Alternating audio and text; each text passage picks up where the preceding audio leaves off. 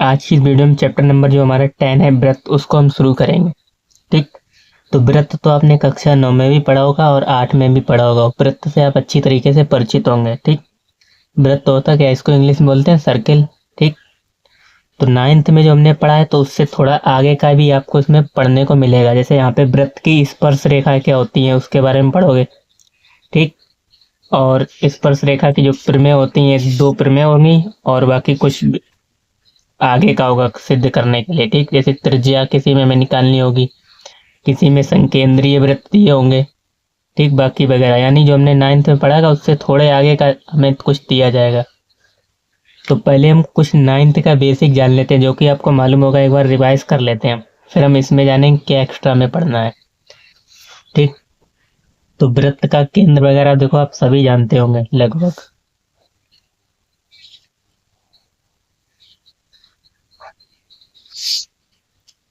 जैसे कि ये एक वृत्त है मान लो। ठीक, इसका केंद्र होगा यहाँ पे कहीं O। ठीक, अगर यहाँ से हम ये चीज खींच दें कि नहीं, ये पूरी चीज को क्या बोलते हैं, यहाँ से यहाँ तक जो हमने रेखा खींची, ये वृत्त की परिधि कहलाती है। क्या कहलाती है? वृत्त की परिधि। वृत्त की परिधि। और परिधि, वृत्त की परिधि होती क्या है आपको मालूम होगा, 2πr। ठीक, वृत्त का क्षेत्रफल भी मालूम होगा। क्षेत्रफल क्या होता है? πr²। लेकिन इसमें मतलब क्षेत्रफल का यूज तो होगा नहीं, वैसे आगे जो चैप्टर पढ़ेंगे पृष्ठीय क्षेत्रफल और आयतन, उसमें यूज होगा। इससे जो आगे 11वां चैप्टर आएगा उसमें भी यूज होगा वृत्त का क्षेत्रफल। ठीक, वृत्त की परिधि 2πr, ये चीज होती है πr²।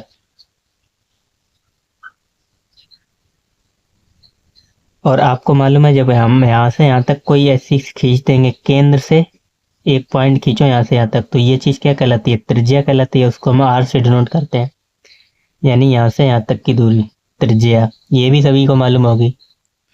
और व्यास क्या होता है, यानी अगर हम इसी को यहाँ से लेके यहाँ तक मिला दें और वो भी केंद्र से होता हुआ जाना चाहिए, तो ये पूरा व्यास हो जाएगा। ठीक, ये क्या हो जाएगा? व्यास। व्यास को आप किससे प्रदर्शित करते हो? डी से। यानी व्यास जो है वो त्रिज्या का दोगुना होता है। डी बराबर 2r। ठीक, त्रिज्या का दोगुना होता है और त्रिज्या जो होती है व्यास की आधी होती है। ये चीज भी आपको मालूम होनी चाहिए। ठीक, तो वृत्त का हम बेसिक पढ़ रहे हैं, जो हमने 9th में पढ़ रखा है, ये चीज सारी पढ़ रखी होगी। और क्या होती है, जैसे इसी में समझ लो, वृत्त की ये परिधि कहलाती है। परिधि पर किन्हीं 2 बिंदुओं को मिला दो यहाँ से यहाँ तक, तो ये क्या कहलाती है हमारी? ये चीज कहलाती है जीवा। ठीक, वृत्त पे किन्हीं 2 बिंदुओं को मिला दो, यहाँ से और यहाँ को मिला दें तो ये भी जीवा, यहाँ से यहाँ के मिला दें तो ये भी जीवा, तो और ये भी जीवा है। ठीक, वृत्त की सबसे बड़ी जीवा केंद्र से होकर जाती है। एक नोट पॉइंट है, आपको मालूम होना चाहिए। ठीक, और अगर हम ये खींच दें यहाँ से यहाँ तक, बाहर तक निकल गई, तो यहाँ पे 2 रेखाएं मतलब पॉइंट से बाहर निकल गई, तो इसको बोलते हैं क्या?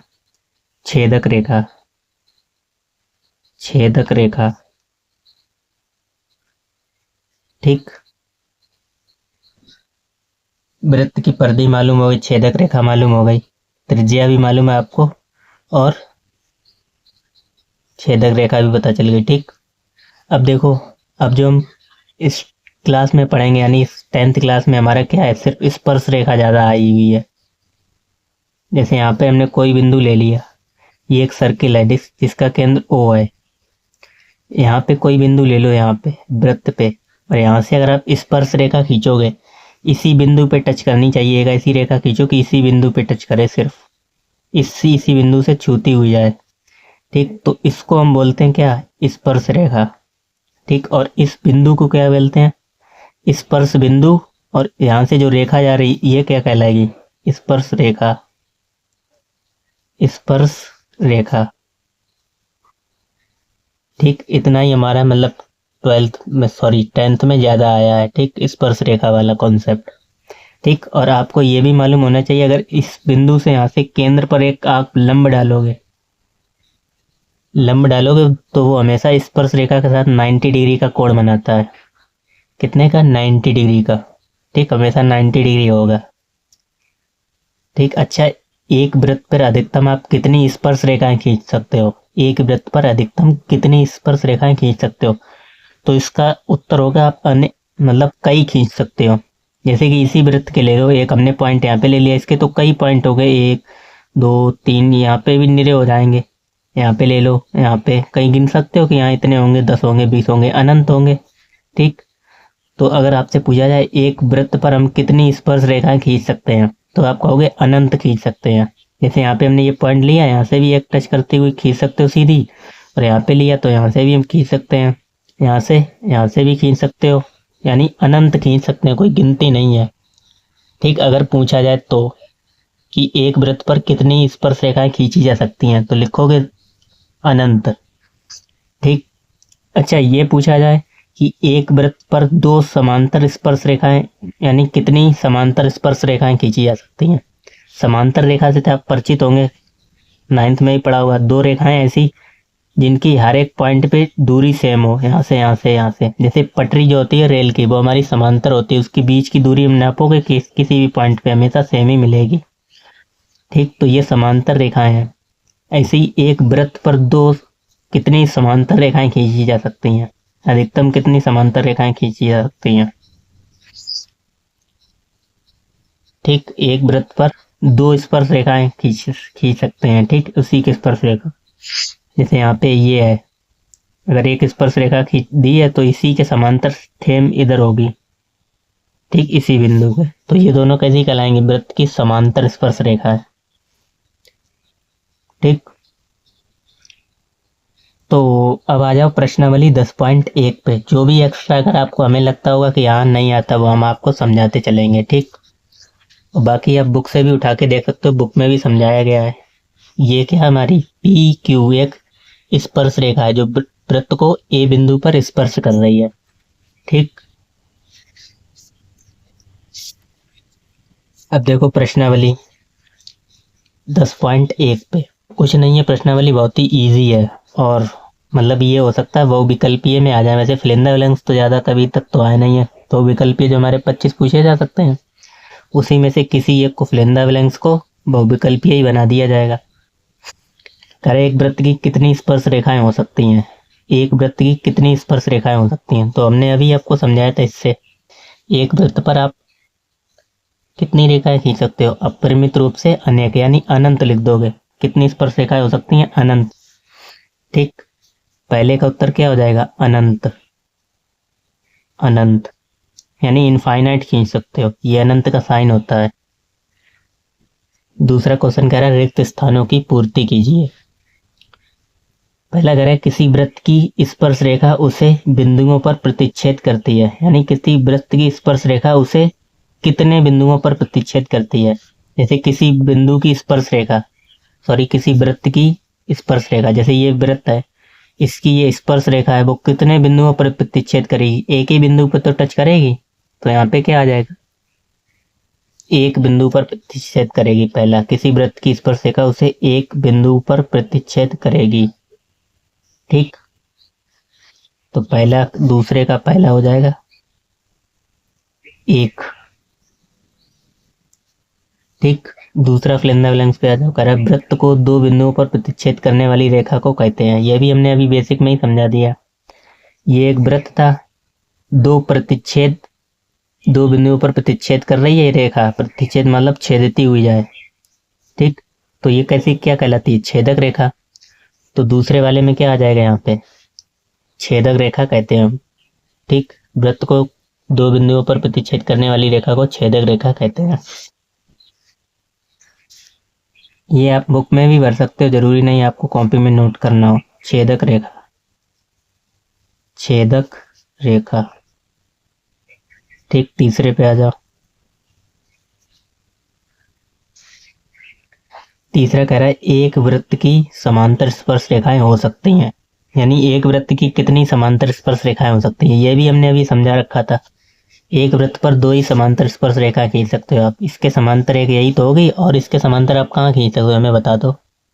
ठीक, एक वृत्त की समांतर स्पर्श रेखाएं हो सकती हैं कितनी, 2 समांतर ये रेखाएं होंगी, दोनों समांतर होंगी, और स्पर्श रेखाएं भी होंगी दोनों। ठीक, तीसरे में आ जाएगा 2। चौथे में आ जाओ।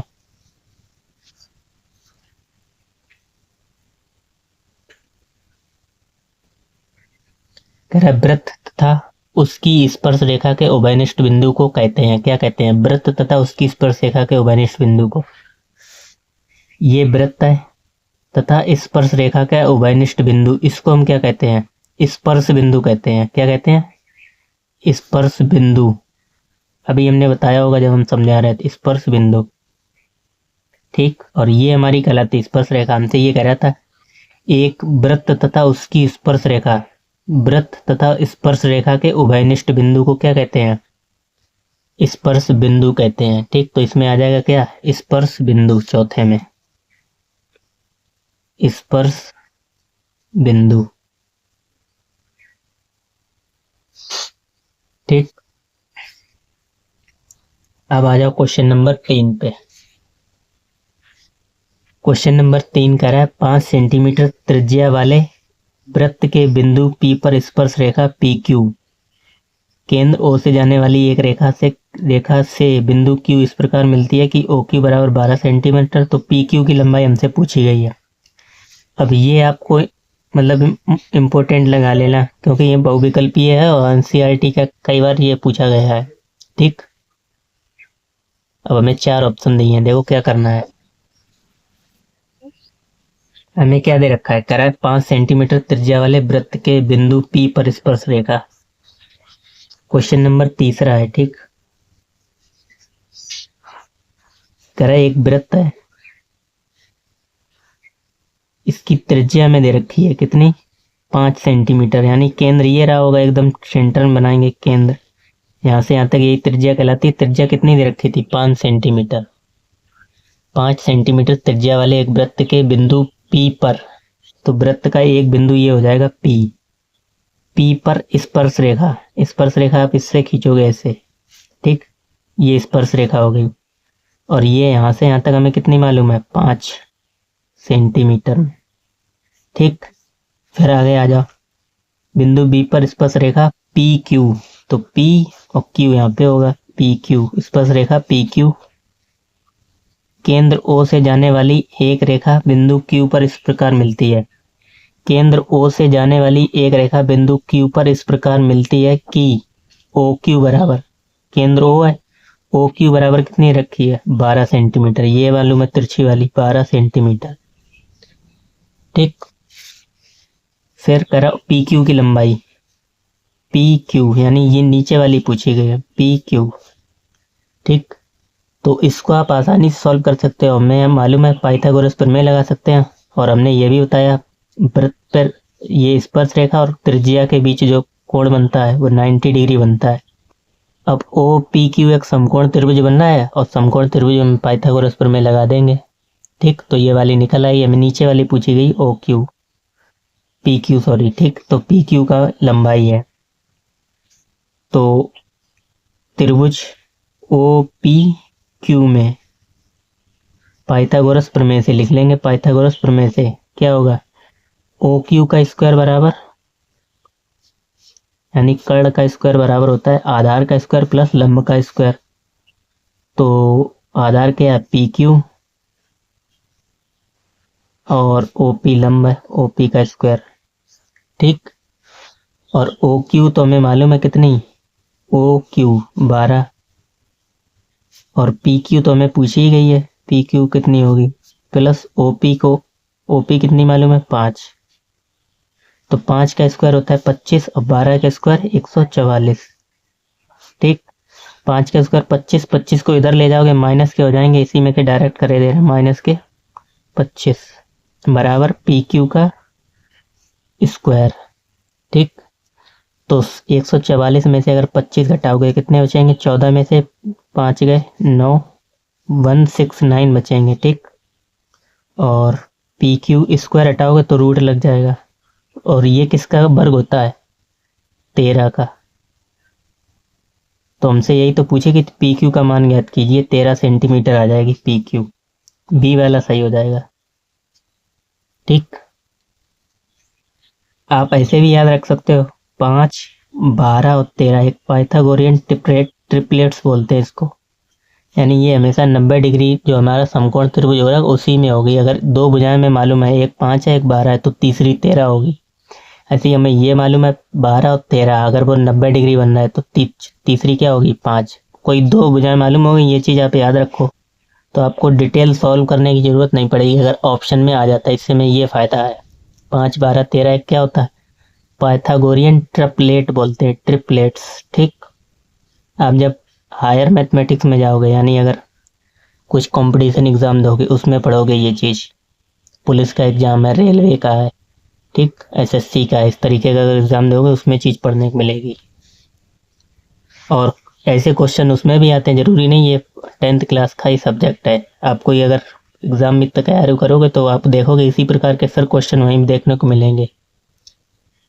ठीक, अब आ जाओ क्वेश्चन नंबर 4 पे। करा एक वृत्त खींचिए और दी गई रेखा के समांतर दो ऐसी रेखाएं खींचिए कि उनमें से एक स्पर्श रेखा हो तथा दूसरी छेदक रेखा हो। ठीक, चौथा देखो, कुछ नहीं है, सिर्फ करा एक वृत्त खींचिए, खींच लिया भाई एक वृत्त। ठीक, एक वृत्त खींचिए और एक दी गई रेखा के समांतर दो ऐसी रेखाएं खींचिए कि उनमें से एक स्पर्श रेखा हो तथा दूसरी छेदक रेखा हो।